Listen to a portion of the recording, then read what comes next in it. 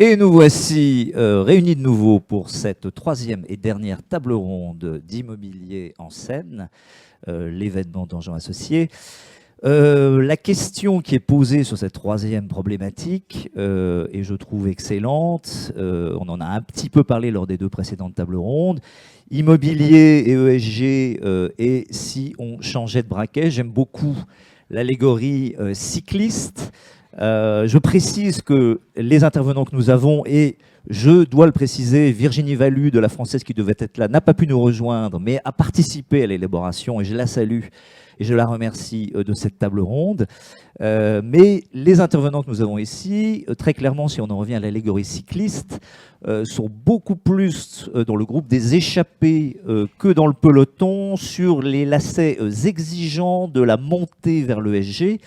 Et vous allez, je crois, très bien en témoigner, Nathalie Bardin. Et je rebondis sur un de vos propos. On va rester dans l'allégorie cycliste. Vous parlez de cadre. Alors le cadre en vélo, on voit ce que c'est.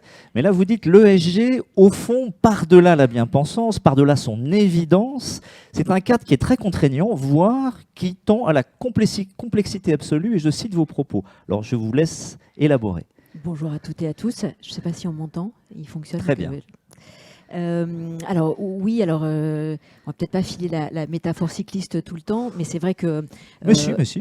Mais aujourd'hui, quand on s'occupe de ESG ou de RSE dans la version française, on est soumis à des cadres réglementaires qui s'empilent les uns aux autres.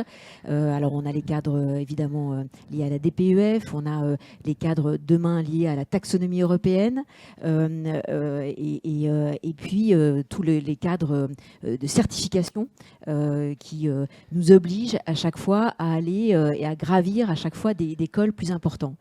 Et donc, moi, le propos que je voudrais porter, c'est que cette ESG, c'est une évidence aujourd'hui, et je pense que l'ensemble des entreprises ont accéléré cette transformation.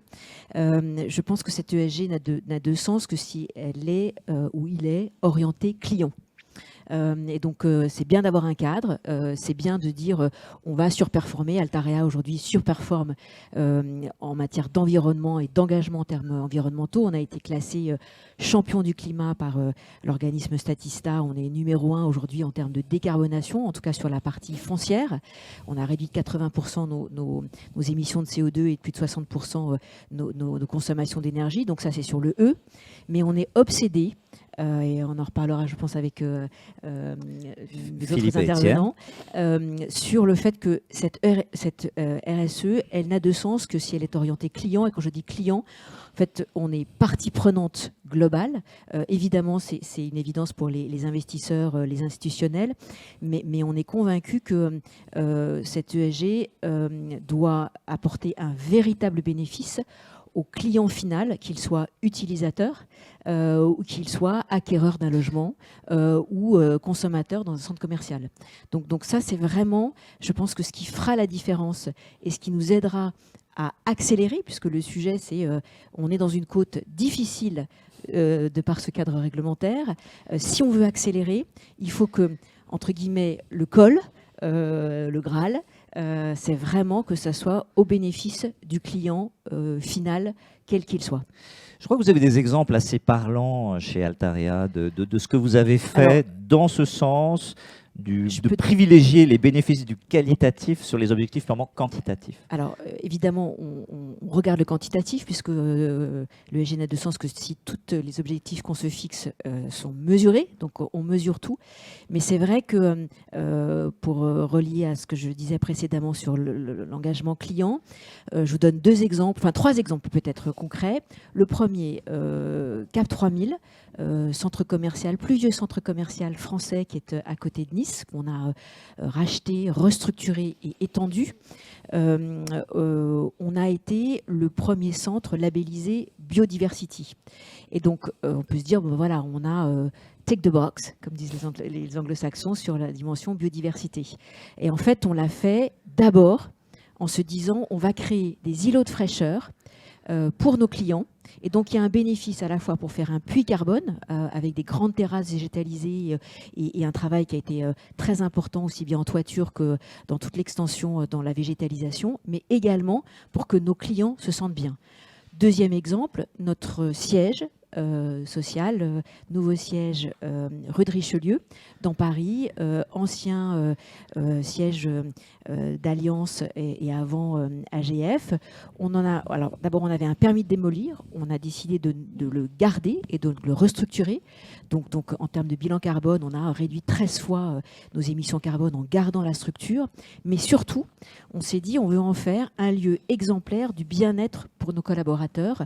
Et donc on a un business center, deux espaces de restauration dédiés. On a énormément de places par collaborateur et d'espaces de convivialité comme de réunion. Et donc, deuxième exemple, on a retravaillé ce site avec certes un objectif de décarbonation, mais surtout un objectif de bien-être des collaborateurs.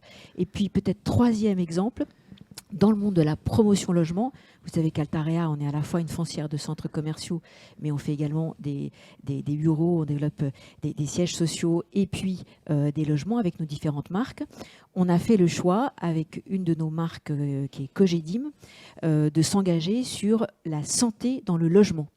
Donc on va se dire que ce n'est pas seulement un engagement post-Covid, c'est un engagement dont on est convaincu qu'on doit développer des logements qui apportent du bien-être à nos clients. Et la santé, dans la définition de l'OMS, c'est un état complet de bien-être qui est à la fois du bien-être physique, mental et social.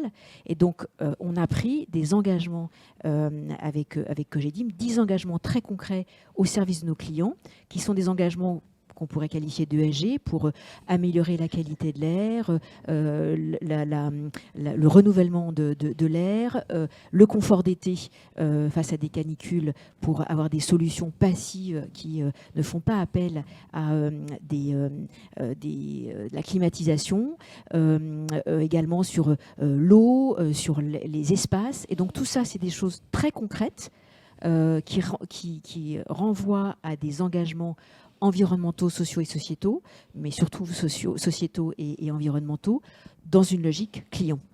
Merci Nathalie Bardin, et je confirme que vous semblez bien effectivement loin devant le peloton, et je pense que ça me permet de rebondir sur Philippe, qui en tant que directeur de l'immobilier et de l'environnement du travail dans un groupe présent dans 142 pays, et bien naturellement est extrêmement impliqué dans l'ESG. J'ai envie de dire que même chez Danone, l'ESG c'est dans l'ADN, mais pour continuer de filer la métaphore cycliste, vous m'avez dit, je cite vos propos, que malgré tout, aujourd'hui sur l'ESG, il faudrait appuyer plus fort sur les pédales. Fin de citation. Je vous laisse élaborer. Ce n'est pas une citation extrêmement puissante, mais merci Stéphane de me donner la parole. Alors, 142 pays pour la distribution des viandes. Nous sommes en production seulement dans 70 pays. Le fait est que je pense que globalement, il y a en matière d'RSE, d'ESG, une grosse attente envers les entreprises, de nombreuses attentes et de fortes attentes. Je mets ça en perspective avec, je considère qu'on a 3 couloirs de nage qui opèrent. On a nous, à titre individuel, on a les citoyens à titre individuel, on a les gouvernants qui font ce qu'ils peuvent. Ça fait maintenant au moins un demi-siècle que nos sociétés sont structurées autour des énergies fossiles et la tendance n'est pas facile à inverser. Et puis effectivement les entreprises. Alors pour animer l'immobilier du groupe Danone depuis quasiment un quart de siècle, je dois vous confirmer que cette entreprise est en tête d'un peloton, sans doute, en matière de RSE, en matière de ESG. J'ai même envie de dire que j'ai rebalayé hier soir la vingtaine de critères regroupés dans 3 piliers. J'ai envie de dire qu'ils sont inscrits dans l'ADN de Danone et tout ça ne date pas d'hier. Le double projet économique et social d'Antoine Riboud en 72, qui était un petit peu iconoclaste, singulier, précurseur, novateur, date d'il y a 50 ans. Et puis, je dirais aussi tout simplement que nos matières premières sont naturelles. Oui. Et juste un exemple en termes de préservation des nappes phréatiques et de l'eau. On est un peu champion du monde puisqu'on a pas mal d'eau minérale dans le portefeuille. Alors, du coup, l'immobilier doit se mettre au diapason. Je dois m'inscrire naturellement dans ce contexte. Et au-delà du fait que les réglementations, les législations qui s'empilent et qui confèrent une forme de complexité d'ailleurs à l'exercice, au-delà de ces complexités d'ordre législatif ou réglementaire, de toute manière, je suis inspiré et aspiré d'ailleurs par cet ADN pour piloter l'immobilier. Et du coup, ça me permet peut-être d'être en avant, je ne sais pas, mais en tout cas d'être dans l'air du temps, sachant que globalement, on vient subitement de prendre conscience que les ressources de cette terre n'étaient pas inépuisables, qu'on carbonait à tour de bras depuis 50 ans. On vient de prendre conscience également que le permafrost, une fois dégelé, risque de faire dégager des choses un petit peu plus puissantes légèrement toxique, un petit peu du méthane. Oui.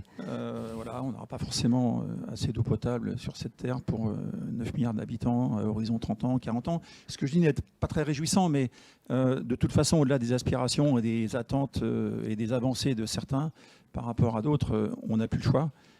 Et ces indicateurs doivent être managés, pilotés et priorisés avec, oui, en appuyant sur les pédales sérieusement. Au-delà du braquet, il va falloir se mettre à appuyer un peu sur les pédales. On va en reparler, et vous, là encore, vous me permettez habilement de rebondir sur Étienne Dupuis. Et pour là encore rester dans le cyclisme, lui nous vient des pavés du Nord, on est dans Paris-Roubaix. Et vous êtes déjà carrément, vous êtes aussi, comme Dominique Ozanne, une sorte d'enfant du Covid, puisque Noud a été créé en janvier 2021. Vous en parlerez peut-être. Mais vous êtes déjà sur le grand plateau, puisque vous parlez rien moins que de régénération immobilière. Est-ce que vous pouvez nous en parler? Merci. Alors, est-ce que ça marche? Oui, ça marche. Oui. Parfait. Alors, effectivement, régénération immobilière. Ça va loin. Et grand plateau. Et pour faire un clin d'œil à M. Raffarin, la pente est raide, mais la route est aussi sinueuse. Elle n'est pas totalement droite dans l'histoire. Et je dirais que le pourquoi de tout ça est déclenché quand même par une analyse qui n'est pas stratégique, qui n'est pas une analyse de vision, mais qui est une analyse systémique. Et pour reprendre ton propos, les territoires, les gouvernants, etc., tout ça est aussi en train de s'organiser différemment.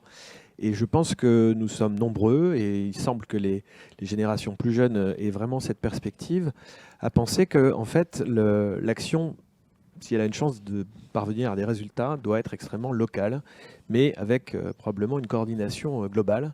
Le traitement aujourd'hui de la Covid est quand même une preuve, c'est-à-dire quand vous avez un pays qui arrive à trouver une solution à juguler, vous avez le voisin qui souffre des problèmes, et du coup on est dans une sorte de grand relais global où le sujet n'arrive pas à être traité. Alors le diagnostic, il est systémique, et il est sur 3 angles. Il y a un angle qui, on va dire, concerne le commerce directement, qui est un angle de la ville doit se réinventer et les formes de commerce doivent se réinventer. C'est le premier angle. Mais il y a un deuxième angle, on parle parfois en ESG de Science-Based Targets. Et il y a un angle extrêmement important. Je pense la sphère économique, la sphère de gouvernance, a ignoré pendant extrêmement longtemps. Et le signal vient d'ailleurs des régulateurs, des banques centrales, dont le rôle, et c'est ça qui est intéressant, c'est d'assurer la stabilité du système. Et à partir du moment où une banque centrale ou une commission européenne interviennent sur le sujet, ils n'interviennent pas parce qu'ils ont tout d'un coup eu une lubie ou une piqûre d'écologisme. Ils interviennent parce qu'ils ont compris que la stabilité du système était en jeu. Donc cette stabilité du système, elle est remise en cause par 2 choses. D'abord, la science nous dit que les pandémies ont lieu en moyenne tous les 4-5 ans. Donc la Covid, désolé, c'était prévu. Pas à cette ampleur, mais je pense que si on l'avait mieux prévu, mieux anticipé, l'ampleur aurait été moindre. Donc on va évidemment progresser en tant qu'écosystème. Deuxièmement, la science nous dit depuis 30 ans que cette émission de cette économie éminemment carbonée aux énergies fossiles déclenche un changement climatique. Et globalement, personne n'a voulu écouter. Et malheureusement, les prévisions se confirment comme des bonnes prévisions, initialement à 90% de probabilité. Il y a quelques années à 95%, maintenant on est à 99%, et à un moment donné, effectivement, il faut se dire, est-ce que je prends mes décisions à pile ou face, ou est-ce que j'essaye d'écouter des gens qui fabriquent du savoir? Donc le Science-Based Target, c'est quelque chose d'extrêmement important, et je dirais qu'à un moment donné, puisqu'on parle d'ESG et de changement de braquet, il faut comprendre que toute activité a un impact. Et en général, un impact négatif. Voilà. Bon. L'ESG, le développement durable, ça recherche l'impact neutre. Eh bien, une nouvelle façon de voir les choses qui commence à arriver, qui s'appelle l'impact, au sens impact positif. Et donc, on n'est plus dans des logiques simplement de neutralité, mais on est dans des logiques de réparation. Et là, concrètement, pour reprendre un exemple, nous avons une friche industrielle à la Maillerie, sur la commune de Villeneuve-d'Ascq, que nous venons d'inaugurer. C'est une friche industrielle. C'est du béton, c'est du bitume, c'est des bus qui ont busé des rivières, etc., pour que ça soit fonctionnel au niveau logistique. Et puis, à un moment donné, ça trouve moins son usage. Et de toute façon, il faut rentrer dans ces logiques de recyclage urbain, de réinvention de la ville. De régénération immobilière. De régénération immobilière, voilà. mais qui n'est pas que immobilière. C'est-à-dire que si, et je pense que c'est l'unicité de Nood pour le coup, c'est que nous ne gérons pas des immeubles, nous gérons des sites. Et donc des sites qui sont inclus dans un tissu urbain, avec une population autour qui nous rend visite, d'où le nom de Nood, qui est une contraction de neighborhood. Nous gérons des voisinages qui sont connectés au reste de la ville et nous gérons des sites. Et donc notre logique de fonctionnement, c'est d'avoir des sites qui sont utiles, mais pas seulement utiles à eux, qui sont utiles à l'ensemble d'un territoire. C'est parfaitement compris. Là encore, je rebondis sur vos propos par rapport à des choses qu'ont dites avant Philippe et Nathalie. C'est que finalement, on avance bien, on est plutôt sur le grand plateau, sur le E de l'ESG. Mais pour ce qui est du S et du G, c'est quand même nettement moins peut-être le cas. Nathalie, est-ce que vous voulez réabonder, si j'ose dire, sur ce sujet avant Philippe? Je pense que sur cet acronyme ESG, c'est vrai que on a mis depuis, en tout cas dans le monde de l'immobilier, plus de 10 ans à investir très fortement la partie E. Et dans la partie E, on a commencé par l'énergie, parce qu'il y a 10 ans, on ne parlait pas du carbone, on ne parlait pas de régénération urbaine. Enfin, donc il y a eu un gros travail, y compris avec des certifications importantes. Et depuis peu, on s'intéresse au carbone. Et depuis peu, et malheureusement, c'est très tardif aussi, on s'intéresse à la nature et à la biodiversité. Et ça, c'est un chemin inexorable et essentiel. Sur les deux autres lettres, Eh oui. je pense que le G de gouvernance va avec le E environnemental, c'est-à-dire qu'on a accéléré aussi l'évolution de nos gouvernances sur ces sujets-là, mais je pense qu'on est un certain nombre d'entreprises où on n'y est pas. Et peut-être celui sur lequel on pourrait faire les choses les plus rapides et peut-être pour un certain nombre d'entreprises les moins coûteuses, c'est le S de sociétal. D'accord. Philippe, vous êtes d'accord avec ça? Je crois vraiment. Alors, attends, on va laisser. Voilà, je crois vraiment que ce S-là, il a été mis de côté. On parlait de proximité, de communauté, de circuits courts, de réseaux locaux, d'associations des citoyens.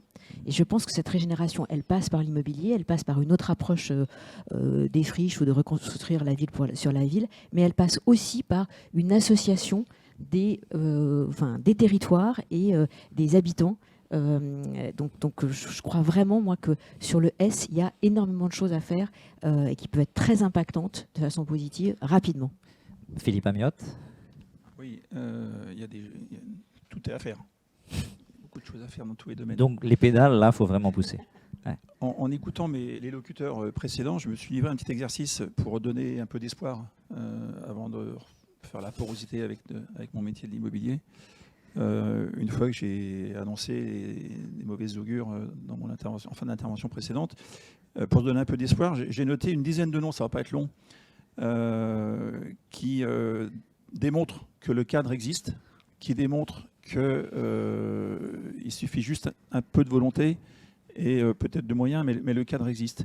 Alors j'ai cité, ça n'a aucun sens, il n'y a pas d'ordre de précédence, je veux dire, mais transition énergétique, accord de Paris, COP26, décarbonation, énergie solaire, éolien, végétalisation, bail vert, on en parle depuis 10 ans, RE 2022, qui elle-même succède à RT 2012, qui est un peu violente, rénovation énergétique, décret tertiaire, même si c'est un peu franco-français. Bref, il y a des choses, il se passe des choses dans le vocabulaire, dans la sémantique, dans les échanges. On voit bien qu'il se passe des choses et que tout ça, ça doit s'animer. On voit bien qu'il y a une trajectoire. On voit bien que tout ça ne demande qu'à être animé, mais ça a le mérite d'exister. C'est comme dans un jeu de cartes, il ne suffit pas d'avoir des bonnes cartes, il faut savoir ce qu'on va en faire. Voilà, tout ça, c'est encore un peu confus. Je note parfois un peu de complexité dans les remontées d'informations aux investisseurs, aux stakeholders. Tout ça est en cours de structuration. La démarche a le mérite d'exister. Je pense qu'on est sur le bon braquet pour revenir à cette allégorie qui vous tient à cœur, Stéphane.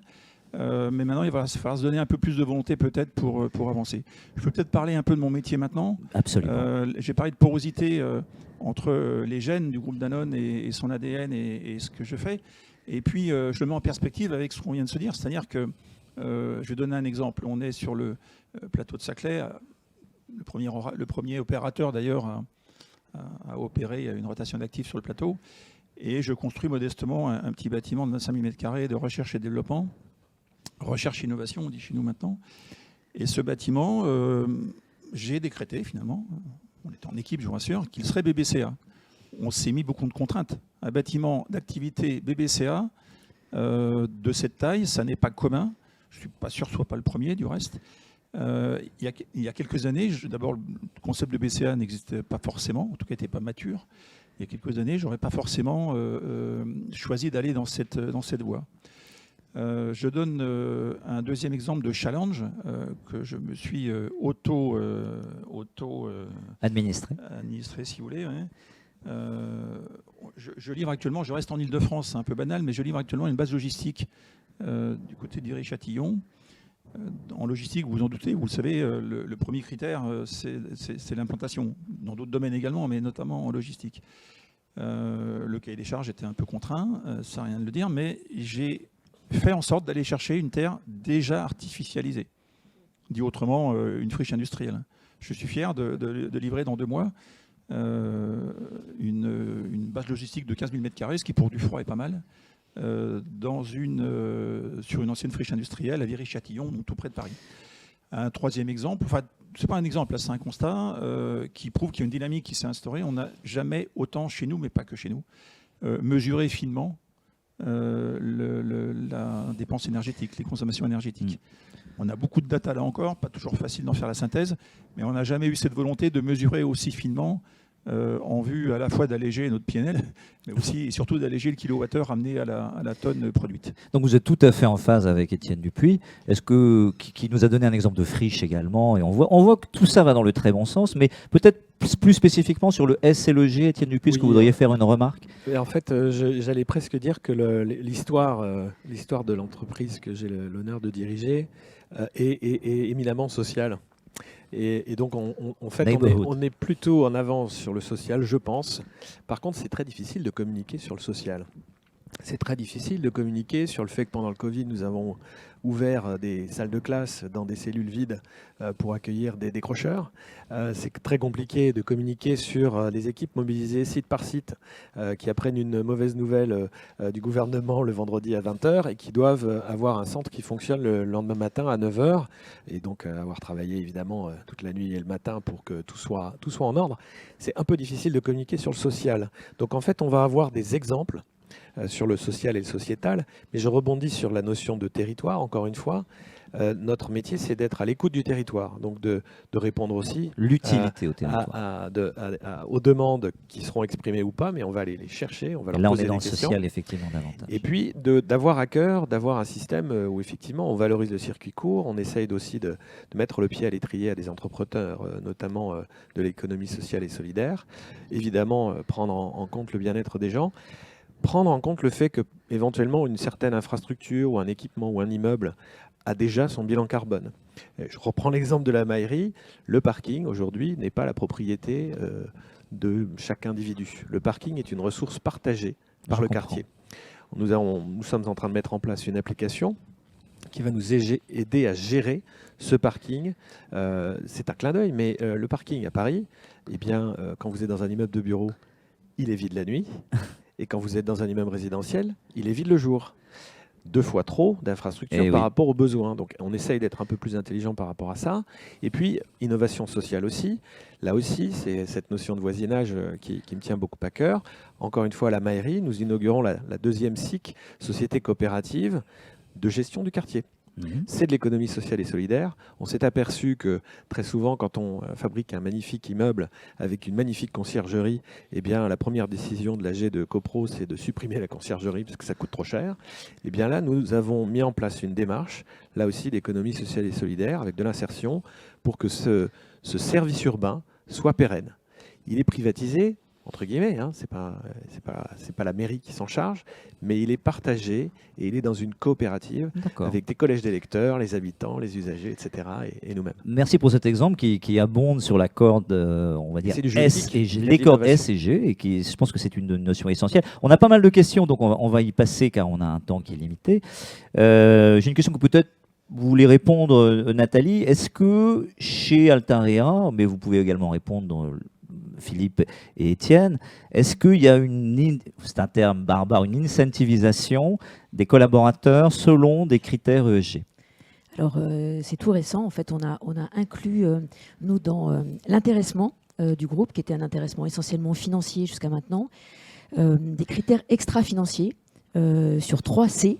Le C des collaborateurs, progression des femmes à des positions de comité de direction, mobilité interne. Le C des clients avec un Net Promoter Score sur la progression du taux de recommandation sur nos marques. Et puis le C du climat. Où, en tout cas sur la première année, chaque collaborateur devait faire un parcours de formation avec 5 modules qui devait valider avec une certification pour bien comprendre l'ensemble des enjeux climatiques. Et ça allait jusqu'à comprendre la RE 2020, comprendre ce que c'est que l'économie circulaire ou les matériaux bas carbone. Et ça, c'était vrai pour tous les collaborateurs, en partant d'un constat de se dire si on veut transformer, accélérer, il faut que tout le monde participe à cet effort, et ce n'est pas juste le sujet de direction technique ou de développeur ou de responsable de programme, c'est le sujet de toute une entreprise. Et donc c'était la première étape pour engager les collaborateurs sur lesquels ils sont incentivés, tous. Et puis après, l'année prochaine, on sera sur la trajectoire de décarbonation du groupe. D'accord, c'est extrêmement concret. Philippe, est-ce que vous avez ce type d'expérience, de pratique? La réponse courte à la question posée, c'est oui. Et ça ne date pas d'hier, eu égard au gène et à l'ADN du groupe que j'ai effleuré tout à l'heure. Je rajouterai une dimension relativement récente qui est complexe à mettre en œuvre, mais qui est incontournable.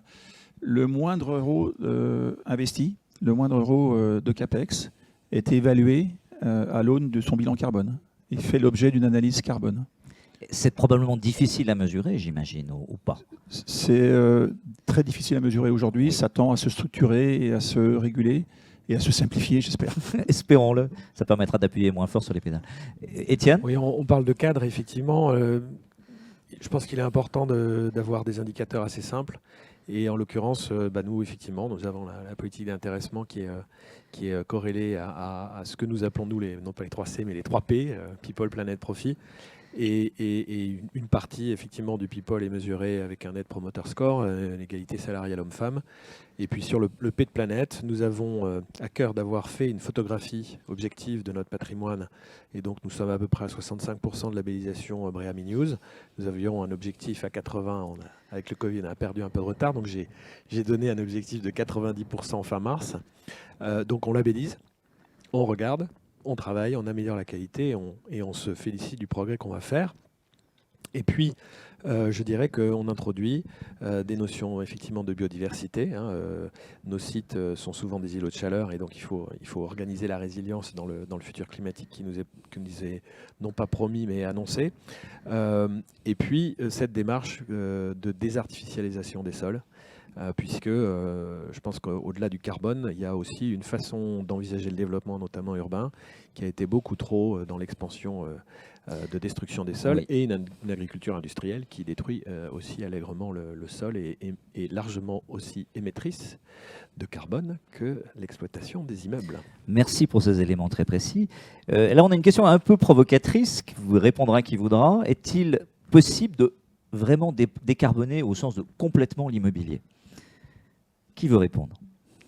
Alors, si on veut voir la bouteille à moitié vide, on dira non, parce qu'en fait, la meilleure façon de décarboner l'immobilier, c'est de ne plus faire d'immobilier. Eh oui. donc on arrête tout. On arrête tout. Après, je pense que si on est là, c'est qu'on pense que oui. On pense que oui. Il y a des leviers qu'on a évoqués. Effectivement, reconstruire la ville sur la ville, les restructurations, la transformation des friches industrielles pour leur donner une nouvelle vie. Et puis, dans cette question-là, il y a aussi décarboner, ça passe par changer notre façon de faire. Changer les matériaux. Je pense que moi, un de mes combats, c'est comment est-ce qu'on arrête le béton au-delà des restructurations et comment est-ce que on passe, le bois alors on passe à du bois ou autre, enfin à des solutions biosourcées, sachant qu'on a quand même cette raréfaction des matériaux aujourd'hui et donc on est face à une volonté de se dire même si on voulait construire tout en bois aujourd'hui, on ne pourrait pas. La ressource. On n'a pas la ressource à tout point de vue, aussi bien en termes de production que de scierie ou de savoir-faire. Et puis on apprend, l'ensemble des entreprises, on cherche, il y a beaucoup de R&D pour trouver des solutions. Donc ça, c'est sur le volet matériaux. Et puis il y a le sujet énergie aussi. Qui est aussi essentiel. Et donc, se dire, comment est-ce qu'on va vers une énergie moins carbonée, sachant qu'aujourd'hui, ça reste le nucléaire qui reste l'énergie la moins carbonée. On peut débattre de ce sujet-là. Et donc, comment est-ce que, surtout, on trouve d'autres sources d'énergie, la géothermie, les réseaux de chaleur, il y a plein d'autres ressources. Et donc, je pense que, oui, on peut décarboner, mais ça demande une volonté, je pense, farouche, et puis quand même de l'investissement, du CAPEX important. Aujourd'hui, ça passe par ça. J'ai l'impression que Philippe Amiot a envie de rebondir sur vos propos. Oui, c'est-à-dire que nous, chez Danone, on sait décarboner une industrie.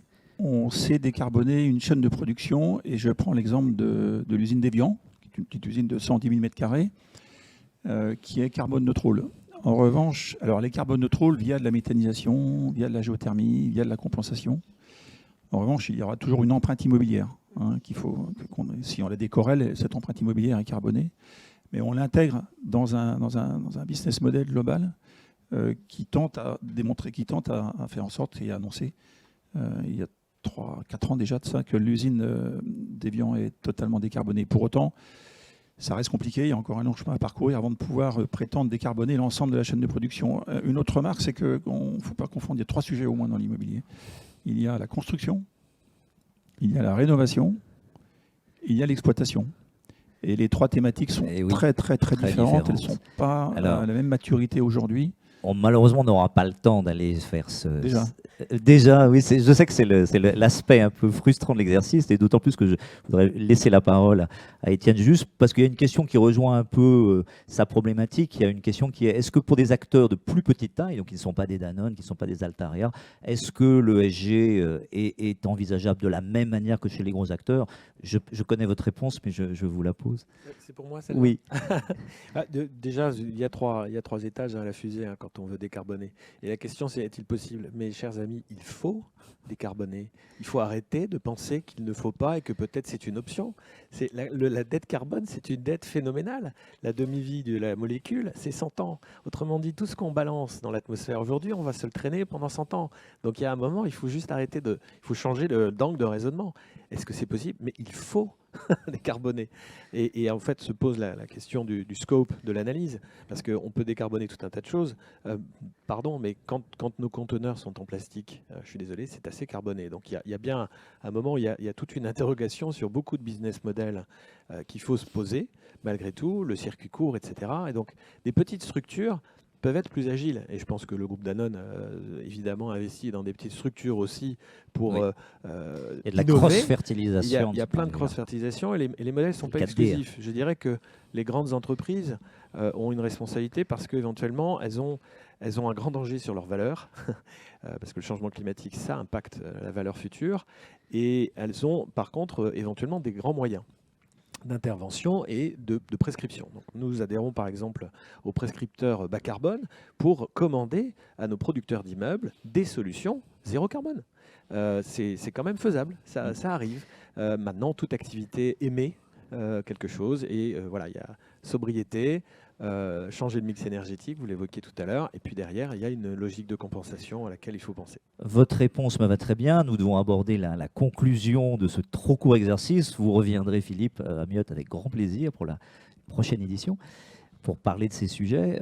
Si on devait conclure très rapidement, j'ai envie de dire que vous êtes tous déjà sur le grand plateau, mais que le ESG, c'est un peu comme le Tour de France. C'est pas parce qu'un col, on approche du bout, qu'il n'y en a pas un col, je veux dire le sommet de l'Alpe d'Huez. Il peut y avoir d'autres ascensions après. Et donc on est au début d'un processus. J'aimerais également rebondir sur vos propos. Vous avez eu une phrase qui m'a inspiré, Nathalie Bardin. Vous avez dit qu'aujourd'hui, il fallait être autant dans le faire, au sens anglais, que dans le faire. C'est-à-dire autant dans le juste que dans le do it. Et donc je crois que c'est probablement le mot de la fin. On est tous d'accord, il y a encore pas mal de coups de pédale à donner, mais ça va dans la bonne direction à condition de continuer. Ça n'est qu'un début vers une plus grande équité pour l'ensemble des participants et pas simplement des stakeholders industriels. Est-ce que ça vous va comme conclusion ? On va embarquer tout le monde. Voilà, Allez-y, cette allez-y. table ronde s'achève, tout comme cet événement. Je vous remercie pour la richesse de vos interventions et l'importance du travail que vous avez contribué à sa préparation, vous ainsi que les autres intervenants. Nous reviendrons dès l'année prochaine pour de futurs événements très multiformes. Je vous invite à suivre tous nos développements sur LinkedIn. Mais dans l'immédiat, je vous souhaite une excellente fin de journée et surtout de très joyeuses fêtes.